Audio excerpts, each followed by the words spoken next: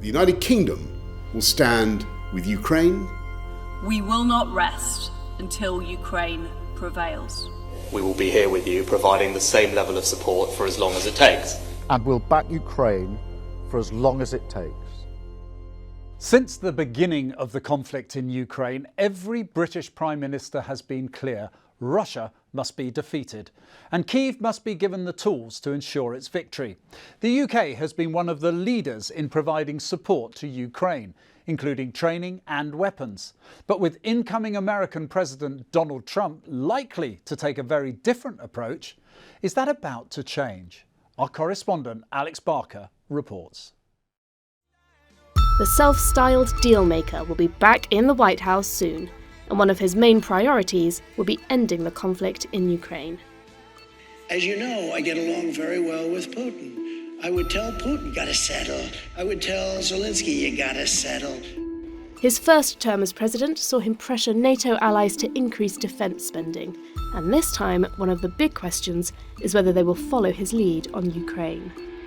There are already hints that the UK is preparing to soften its position, with Prime Minister Keir Starmer appearing open to the prospect of peace negotiations. So we must continue to back Ukraine and do what it takes to support their self-defence for as long as it takes, to put Ukraine in the strongest possible position for negotiations so that they can secure a just and lasting peace on their terms that guarantees their security, independence, and the right to choose their future. It was only a couple of months ago that Starmer and his Foreign Minister David Lammy went to Washington, wanting the go-ahead for Ukraine to use long-range missiles to strike inside Russia. That request was refused, initially. But following Trump's victory, outgoing President Joe Biden changed course, something that's threatened an escalation with Russia. It is possible that the current administration wants to create additional difficulties for the future one. This is also possible, but as far as I can imagine, the newly elected president, he is a smart person and already quite experienced. It seems to me that he will find a solution. That solution has so far proved elusive. But after nearly 2 years of all-out conflict, Ukrainian President Zelensky seems ready to make compromises for peace. From our side, we must do everything so that this war ends next year, and through diplomatic means. The pair may well find themselves across the negotiating table next year, and if they do, that's when the next battle will begin. Joining me now are former UK Ambassador to Russia, Sir Tony Brenton, former Defence Minister Tobias Ellwood, and columnist for The Independent, Mary Dejevsky. Welcome to Westminster Watch. Mary, let me begin with you. Do you think a peace deal in Ukraine looks more likely today than it did before President Trump was elected? Well, I would say yes and no. Yes, because I think that Trump's election has made a difference and that he's absolutely serious about wanting to end the war. No, in the sense that I think that if Biden or if the Democrats had retained the presidency, they might have found themselves in a similar position, whether they liked it or not. Interesting. I know I said that I will come to Sir Tony in a second, but Tobias, I want to ask you. We're talking peace in Ukraine. That's something we wouldn't have been talking about a few months ago. Why now? We're talking a peace deal, not peace. And I think that's the difference that we need to understand. What Trump wants is to see the Americans pull away from this. He just wants a deal to close this down and tell the Europeans, you need to spend more on your security. Firstly, I think we should preempt that by increasing our defence budget to 2.5%. The world's getting more dangerous. Not unless everybody is aware of that. I had a few moments to brief President Trump in the 75th anniversary of the D-Day landings in Portsmouth. And it was quite astonishing that he wasn't aware of the scale of effort that the Americans put in that event. Quite shocking that he didn't know, but that's his background. What he made clear was he didn't want Americans to have to do it for a third time, to bail Europe out of a problem. And that underlines what he wants to achieve here. The longevity of this, when I say peace deal, is the fact that all I believe that Russia wants is a pause so it can rearm, regroup, and do this all again. And that's what we're missing, is the fact that there's an ideological threat from Russia. Ukraine happens to be where the battle's taking place.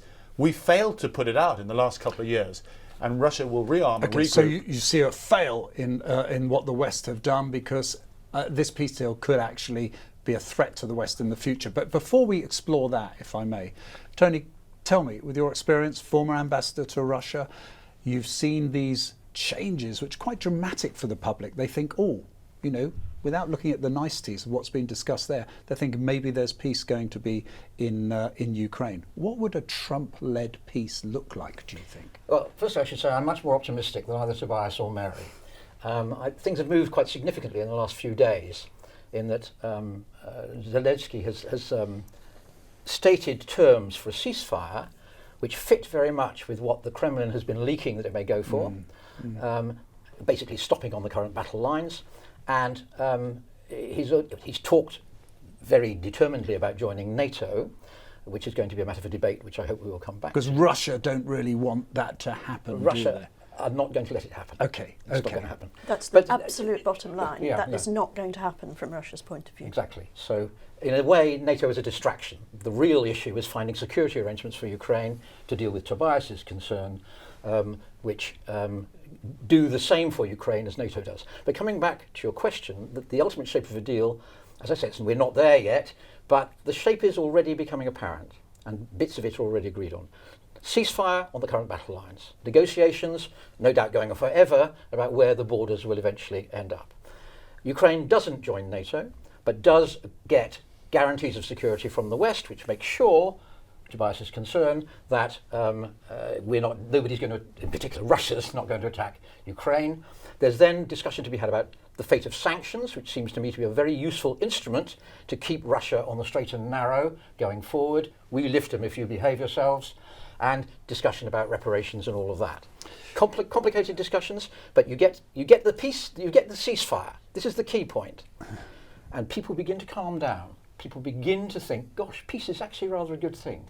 And you're then on the road, at least. But this is peace in our time. This is a reflection of what happened in the 1930s. This is the bigger picture that I'm worried. Appeasement. You're saying this is a deal like this that Tony's talked about would be appeasement. Let me finish my point, then I'm sure you can come back. But at the Munich Security Conference, we had senators there that were asked, why are you not providing that 60 billion aid package that had been sitting on the table for some time? And a senator from Nebraska, I think it was, said, you know, the good people in my area don't even know where Ukraine is, let alone be able to spell it on the map. You know, to point out where it is on the map. Why should we invest in supporting Europe? So I can easily see Russia with, as I say, this ideological intent that Putin wants to emulate Stalin, most powerful person in Europe, wanting to re-exert influence like in the Soviet times. And what he will simply do is do it again in a couple of years' time. By which time Trump will then look at this and say, this time we're not having anything to do with it. You disagree, Mary?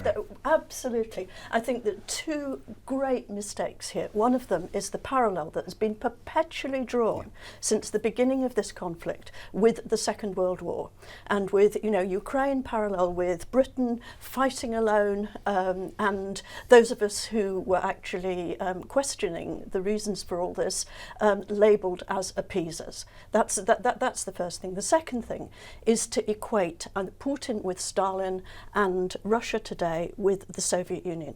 It seems to me that Russia has quite a big interest in wanting this war to be over.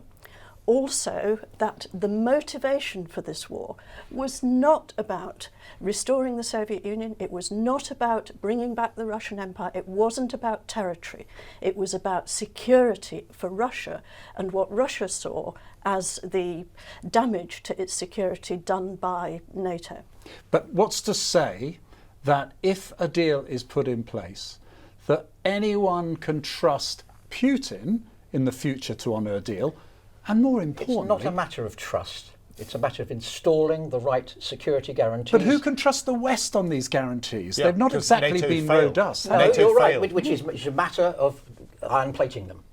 Yeah, but which NATO membership failed. of NATO would do, we all agree. So it's a matter of finding the same sorts of guarantees without putting the the word which from the point of view of Russia is totally unacceptable, which is NATO, at the top of the piece of paper. So could you, for example, under that, Tobias, you could put military forces in there from Germany, from Britain, but not call it NATO? That's the practical aspect. Firstly, say I think there's more agreement here. But it'd be good, that, wouldn't it? Than perhaps is being illustrated here. I would like to think that that's where it's going.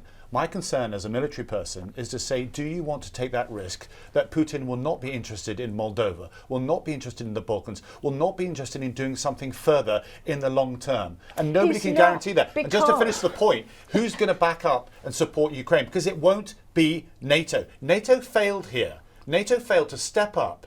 Chris Cavoli, the head of NATO, the SACEUR, I asked him, just prior to him getting that appointment, before the invasion, should we slide some troops in? Some NATO troops in to look Putin in the eye and stop him from invading. And he said, absolutely, I've even done the homework, 16th Air Assault Brigade, 82nd Airborne, and he said, I'm ready to go. The politicos need to have the strength of character, Cold War statecraft, to look Putin in the eye, and we blinked. Mary, you don't... Well, you see, I don't think that the idea that Putin wants to go on to Moldova, that he wants to go on to the Baltic states, that he wants to go on to Berlin, for God's sake, this is completely wrong. It's not in the old style. It's not in military might. It's in influence. Let Mary make a point. But we've watched how Russia has actually crawled, how its weakness has been exposed militarily in Ukraine. It couldn't even get to Kyiv, for goodness sake. If it couldn't get to Kyiv, then but that's to not that the warfare. extent, it's not how warfare will begin its project has failed to that extent. And can I make an additional point, which is that Ukraine has won. When all of this started, the debate was about whether we're going to be able to stop Russia taking Ukraine back into its warm embrace. It is very clear now that Ukraine has achieved remaining closely associated with the West, probably joining the EU, a country which is part of our community. But Sir Tony, sorry, I have to interrupt. They've lost land. They've lost land. They haven't won. Okay, but 2 points here. Firstly, the most important point is Ukraine emerging as a free, democratic, Western-oriented state. The second point is British interests in this. Now, we are interested in that outcome. We are interested in demonstrating to the world that we, the West, can look after those. And can we? What is Britain's role in this? We are much less interested in whether Crimea ends up as part of Russia or part of Ukraine. Our interests are important here too. Just to finish, on Tobias' point, slip troops in here and there and the other. Everyone, obviously, was very concerned about the danger of ending up in a nuclear confrontation with Russia. No, hang on. There was famously a debate on the US Security Council at the time that the Georgians attacked Russia. And it's important to remember that that's what happened. And at that time, there was a little debate, and the generals and the politicians like you got up and said, yeah, we can beat the Ruskies, send the troops in. No, it's not the chairman, I'm sorry you make it so simple. Let me finish the story. The chairman of the National Security Council, a guy whom I know quite well, Steve Hadley, at the end of this burst of Churchillian rhetoric, said quietly to them all, guys, do you really want to go to war with Russia over Georgia? And there was silence. And exactly the same consideration applies to Ukraine. That is exactly what Putin wants us to think. We've been spooked by this rhetoric. This is a European democracy that NATO has failed. On the doorstep of NATO. I've served in NATO campaigns. None of them were in NATO, but we went there. This time, because it wasn't in NATO, we said, oh, nothing to do with us. So Putin wins. And let's be cleverer with the escalatory ladder. We did this during the Cold War. The idea that somehow we do one thing. Look how in this war, this is an important point, we were so risk averse, we were going to send defensive weapons. Then we eventually sent NLAWs. Then we sent battle tanks. Then we sent F-16s. And now we're debating over missiles. Each time we finally pushed and did the right thing. But 2 years later, it's been too late to actually help Ukraine get all its territory back. Let me take that point. Isn't the reality, Mary, I'll put this to you, isn't the reality that the Allies, Britain, America, all of them, Germany, they stood off from really supporting Ukraine, didn't they? Yeah. I mean, at the end of the day, the logic to the person in the street is, why are you debating if your country has been attacked, whether you are allowed to send offensive weapons into Russia? Explain that to our listeners. Well, it is extremely difficult, and I've heard the legal points, because there are legal points, debated. In principle, A country that is attacked has a right to respond and to defend itself by any means at its disposal. Now, that would include allying itself and using what other people provide it to defend itself with, which is what we've seen here. But those people doing the providing also have interests, and there has to be a sense of proportion. And there comes a time where the hardware and the intelligence that Ukraine's Western allies are placing at its disposal place our countries at risk as well. And that's something where the national interest comes in. And that is our national interest. Let's move this on. So if I can just amplify a little bit what Mary's just said, which is absolutely right. Our government has to worry, okay, it's very unlikely, it's become apparent that it's less likely even than we thought, has to worry about the danger of taking the country into nuclear war. That's their job. Okay. And all the other Western governments have a similar concern, and they have therefore been appropriately cautious in the extent of the support they've been willing to give to Ukraine. All right, no, listen, you've made that point. No, Mary, if I may, we're going to move on now. We're going to move on because I'm going to hypothecate a little bit with you, because we're working on a presumption that, if you like, we are working towards a deal. Now, Trump has made it very clear at times, apart from being able to end this on day one, that he's actually could walk away. He could actually leave Ukraine to the Europeans to sort out. It's probably pretty easy for him to say that. He's 4,000 miles away. Russia, which was the aggressor in this conflict, is pretty much on the doorstep of many of our European partners and pretty close to us. Let me ask you this. Have they got the political will to support Ukraine if the conflict continues? And are they united on this? And do they physically have the resources to support Ukraine? No. So why are we even talking about it then? Because there are people in Europe who say now is the hour of Europe. There are still people around Europe who think like that, of course. But actually, if you look at Europe's record, you look at the level of Europe's armaments, it is not adequate, and the ability of Europe to coordinate itself has to be very dubious. But the United States has to be in there. But you also have to look at the state of Europe at the moment, and two countries in particular which are actually key to any support that Ukraine would have in France the future, and Germany, which is France and Germany. And both of those governments are in deep trouble. The German coalition collapsed. The French, I mean, we don't know where that's going as of now. But neither really has a functional government. And one of the reasons for that is because of internal disagreement about the extent of support for Ukraine, especially in terms of funding. That was a huge... I was in Germany for the regional elections in the autumn. Ukraine was just as big an issue between the different parties as was immigration. And it's going to be as big an issue, possibly a bigger issue, in Germany's election on the 23rd of February.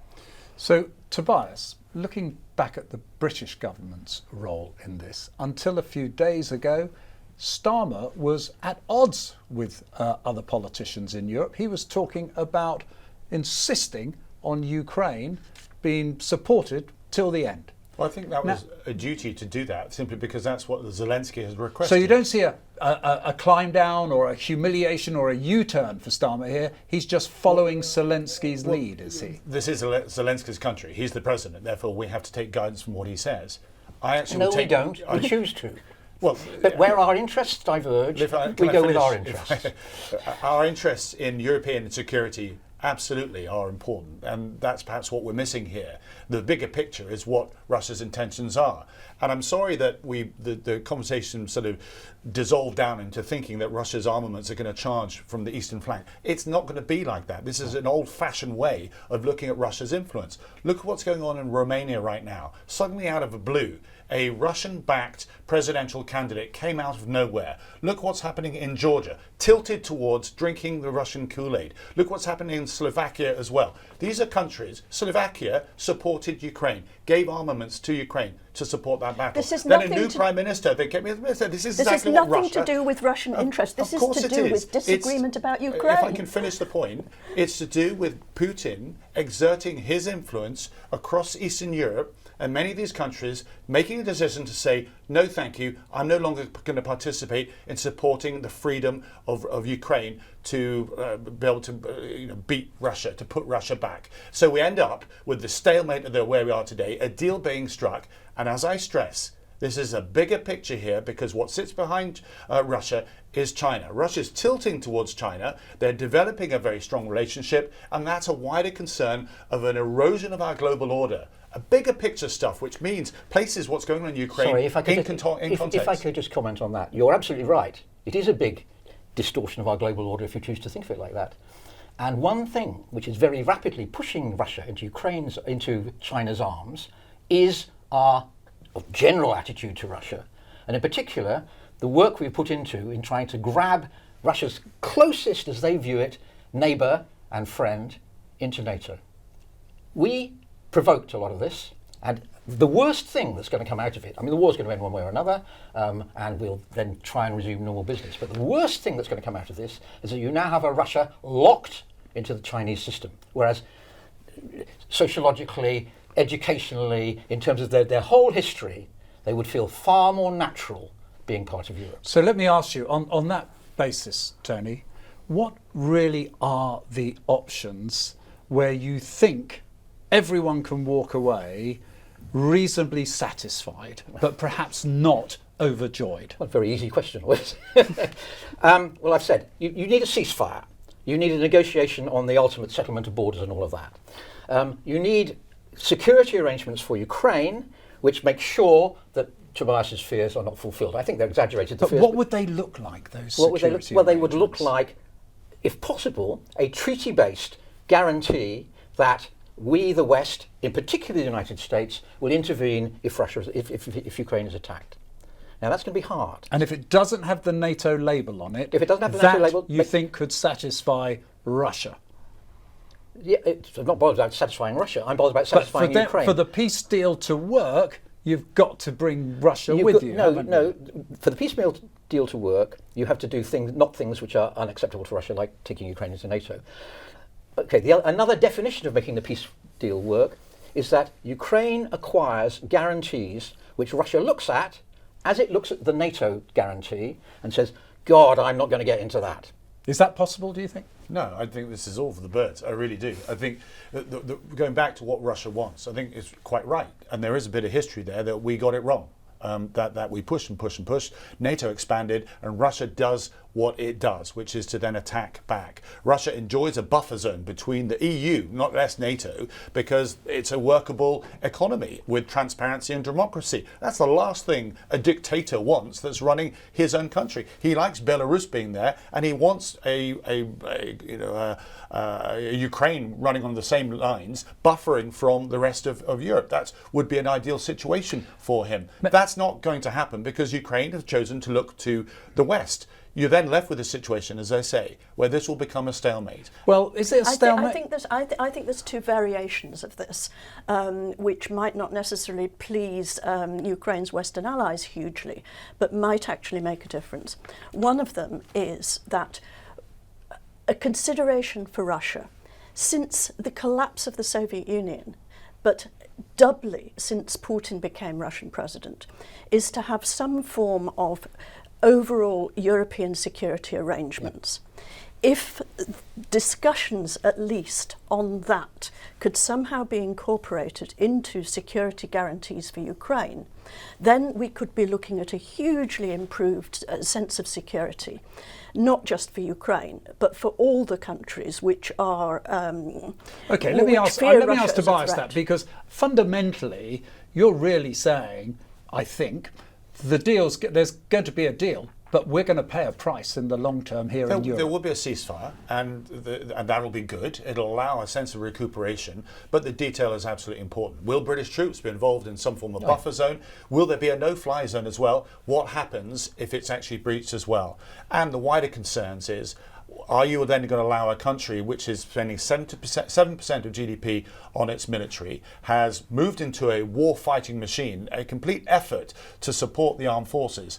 Is Putin just simply going to stop there? One of the reasons why Putin enjoys war is because it distracts from the mess, the mayhem, the corruption of what's going on in Russia. Well, one final point on that. Now, I'm going to ask you the last question, Tony, here, if I may. I'm sorry to be so brutal on that. That's okay. They are economically in the pits in Russia, aren't they, at the moment? Do you think that is a key calculation in buying time through a deal? As I lecture on this, I tell everyone a story. I say, you know, Putin, what they care about in the Kremlin, number one, is national security. And Mary is right that a deal which delivers something for their national security should work from their point of view. If some apparatchik in the Kremlin came up to Putin and said, "Sir, we need to make this small adaptation to our national security. We need to surrender a little bit on something in order because the economy's in a mess," he'd spend the rest of his life counting paperclips in Siberia. National security is absolutely top. And secondly, let me just add to that. Yes, Ukraine, the Russian economy has problems, as we have watched the woeful history of Western countries imposing sanctions on Russia. Disaster has regularly been predicted and has never happened. There you go. Well, we had the former diplomat, the commentator, the former politician and military expert, Sir Tony, Mary, Tobias. Thank you very much for joining us here on a fascinating programme here on Westminster Watch. Thanks again to my guests for joining me. And don't forget to subscribe to the TRT World YouTube channel for more lively debate and conversation. But for now, from me and all the team here, goodbye and thank you for watching.